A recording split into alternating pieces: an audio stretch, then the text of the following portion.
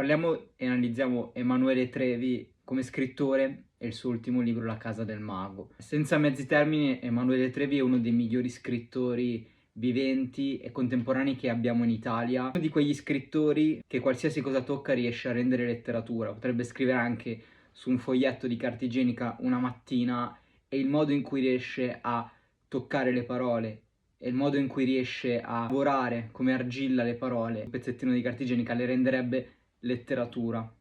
puro talento di scrittura. È uno degli unici scrittori che negli ultimi 10-15 anni probabilmente ha meritato il premio Strega in un alveo di premi letterari in Italia che sono marci, corrotti e decadenti. Come ha fatto in Due vite, il libro che ha vinto lo Strega, Emanuele Trevi ritorna a lavorare sull'autofiction, ovvero a partire dalla propria vita privata per scrivere e per creare la scrittura. In questo libro Trevi parte da un fatto di vita estremamente personale, che è la morte del padre, Mago, come lo chiama lui,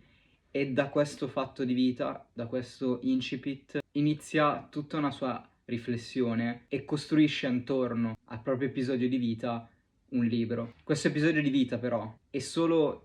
una lavagna, sfondo da cui partire per poter basare un vero e proprio esercizio di stile con la scrittura, che è quello che contraddistingue Trevi. Trevi ci mette in mostra come è possibile plasmare la scrittura, riesce a proprio a lavorare sulle parole, sulle storie, partendo da qualsiasi stimolo, anche da se stesso e anche dalla propria vita personale. La scrittura diventa l'unico luogo dove far sedimentare tutto ciò che ci accade nel personale, per dare un punto fermo. In questo senso la Casa del Mago diventa anche una riflessione sull'arte e su che cos'è scrivere e su cosa sono i libri e su cosa è la letteratura. In questo caso, come la utilizza Trevi e molti altri scrittori, l'unione della propria biografia personale, dei propri episodi di vita con l'autore, per poter riuscire a creare arte se stessi. L'arte in questo senso diventa un'espansione della propria vita, uno scrigno in cui non siamo né veri né falsi, in cui i libri diventano uno spiraglio, un indizio, una vibrazione momentanea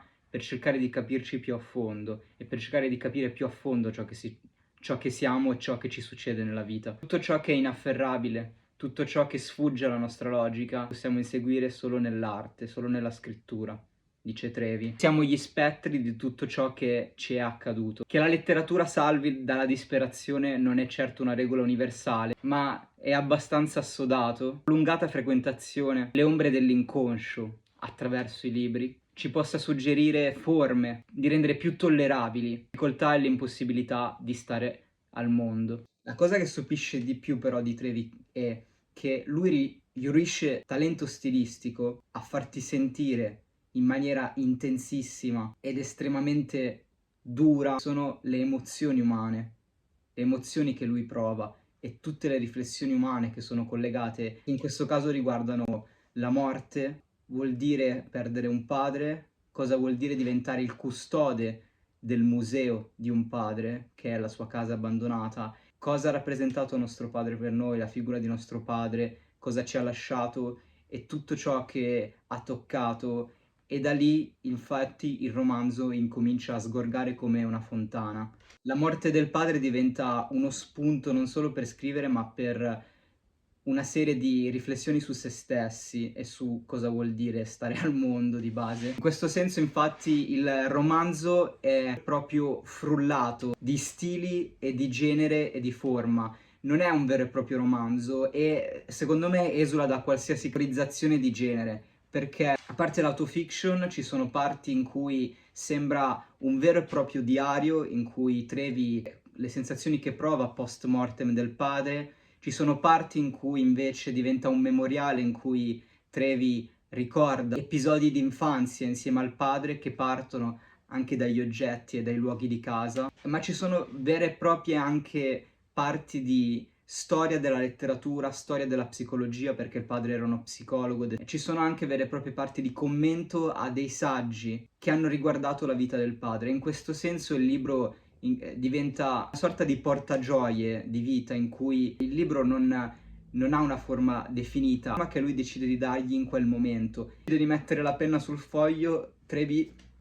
decide di scrivere liberamente. Trevi riesce a passare dall'emotivo all'erudito, al viscerale, personale, a un vero e proprio, a veri e propri aghi di emozione che ti lasciano abbastanza sospeso e si infilano dentro. In questo senso il romanzo diventa una sorta di spurgo emozionale. L'autore si sente libero di aprirsi, usa la letteratura come terapia e noi siamo tutti testimoni, noi lettori siamo tutti testimoni e riusciamo a entrare in empatia e a vivere tutte le stesse emozioni che rivive l'autore, e questo vuol dire riuscire a scrivere davvero bene autofiction, perché non ti senti mai, nonostante la delicatezza del tema e la personalità del tema, Trevi riesce a non risultare mai pietista, non crea momenti edificanti da lacrimuccia facile, perché sarebbe troppo semplice. A essere realistico al massimo in quello che scrive, a far passare tutto ciò che ha dentro, attraverso lo stile, ma attraverso i ricordi più profondi, più scioccanti e più traumatici, banali, anche quelli più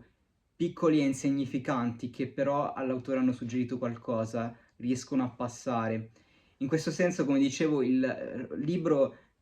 è amorfo in un certo senso e non è definibile come un genere fisso, proprio per questo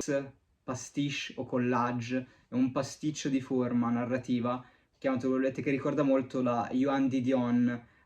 ma molto più italiano, e in qualche modo Trevi riesce ad essere molto più ingenuamente sincero, molto più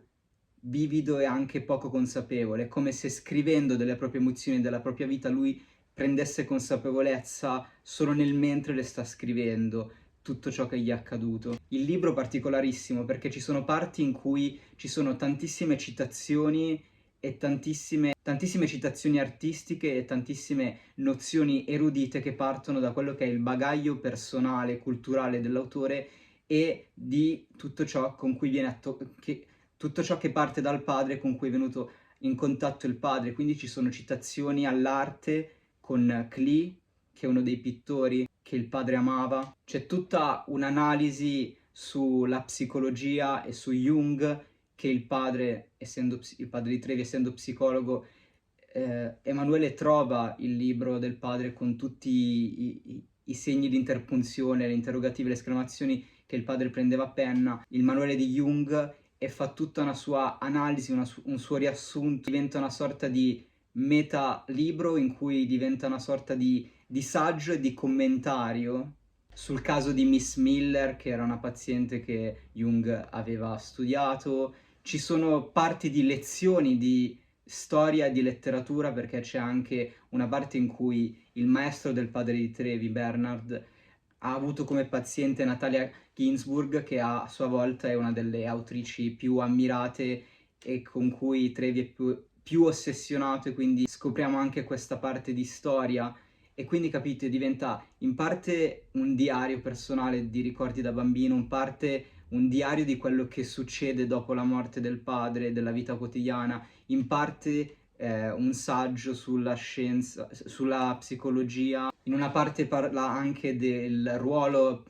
psicologico tra genitore e figlio e cita Conrad Lorenz nel famoso esperimento in cui a delle paperelle appena nate veniva messa una palla e le paperelle seguivano la palla di plastica pensando fosse la madre, per dimostrare come noi abbiamo un esperimento che dimostrava come noi da figli abbiamo l'imprinting di seguire la prima cosa che vediamo, di avere come modello i nostri genitori, la prima persona appena nasciamo. E tutto questo però, che sono tantissime forme, tantissimi stili diversi, riescono ad essere amalgamati ed intrecciati e tessuti perfettamente insieme, perché partono sempre da tutto ciò che tocca, che vede, che sente Trevi. Ci sono anche delle parti molto umoristiche in cui Trevi riesce ad avere proprio humor nero del più raffinato e del più attivo possibile, che fanno anche molto ridere. C'è ad esempio la figura della degenerata,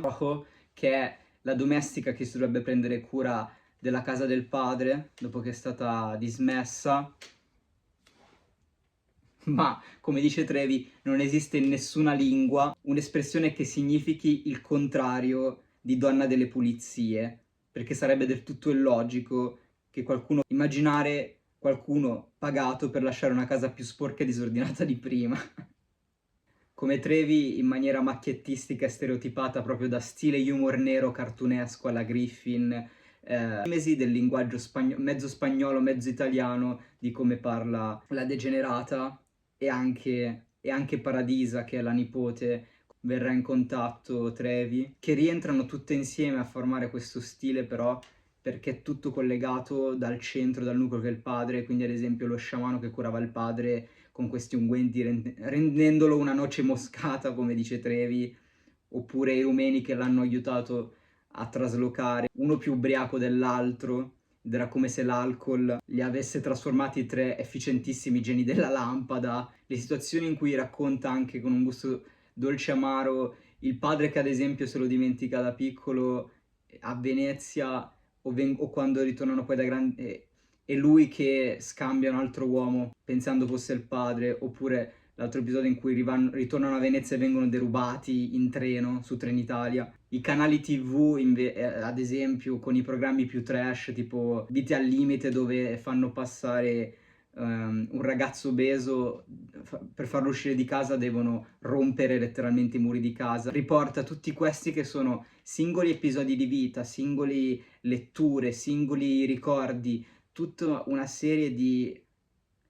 mosaico, oppure il tutto diventa una sorta di disegno a puntini, di quei mitici disegni con i chiodini che facciamo da bambini, ecco. Tutte insieme queste varie forme del libro riescono a prendere un senso proprio perché, come detto prima, sono uno spurgo interiore della mente dell'autore, uno spurgo emotivo, che riesce ad essere messo insieme e legato con un fiocco da quello che è il senso stesso del libro, ovvero l'arte che parte da sé e diventa racconto di sé per poter spiegare cosa siamo e cosa ci accade nella vita. Tutto questo, come detto prima, unito e tenuto insieme e sostenuto dalla penna di Trevi e dal suo stile che è incredibile, riesce ad essere lirico e metaforico, a creare delle metafore che ti rimangono impresse, sono originalissime in ogni angolo del libro, disseminate in ogni angolo del libro.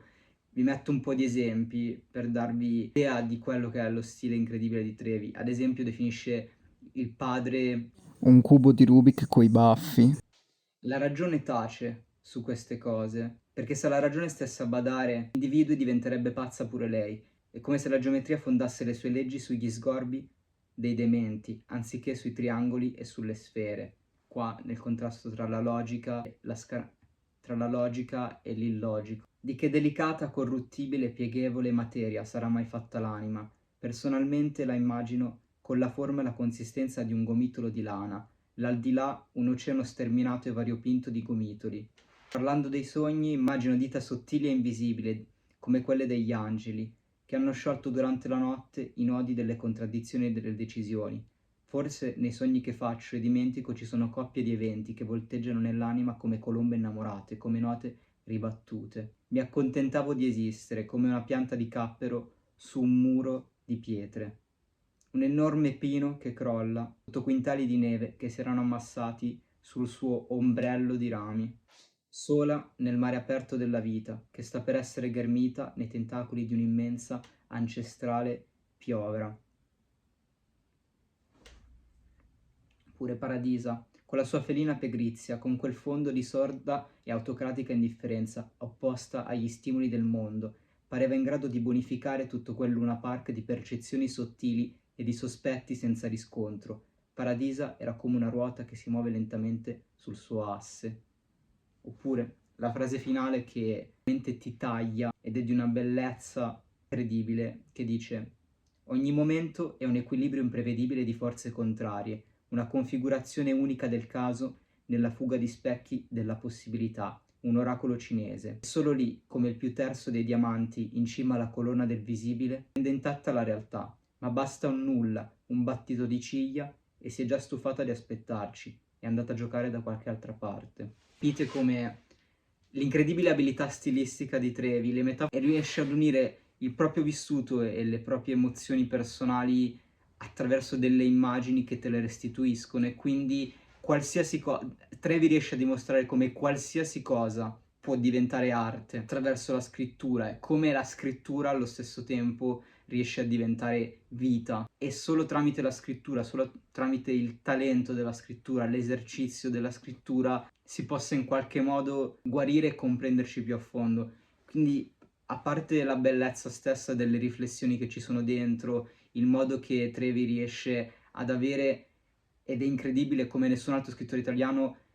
di partire da le cose più personali di vita come materiale di scrittura, lo stile che ha è veramente inimitabile. Quindi, che dire, uno scrittore di cui si parla troppo poco, Trevi, e merita di essere letto sicuramente di più di quello che è letto. Spero lo leggiate, la bellezza delle sue parole vi entri dentro e vi sia veramente da anche maestra come attrice, come lo è stato per me. Un bacino anche a Trevi.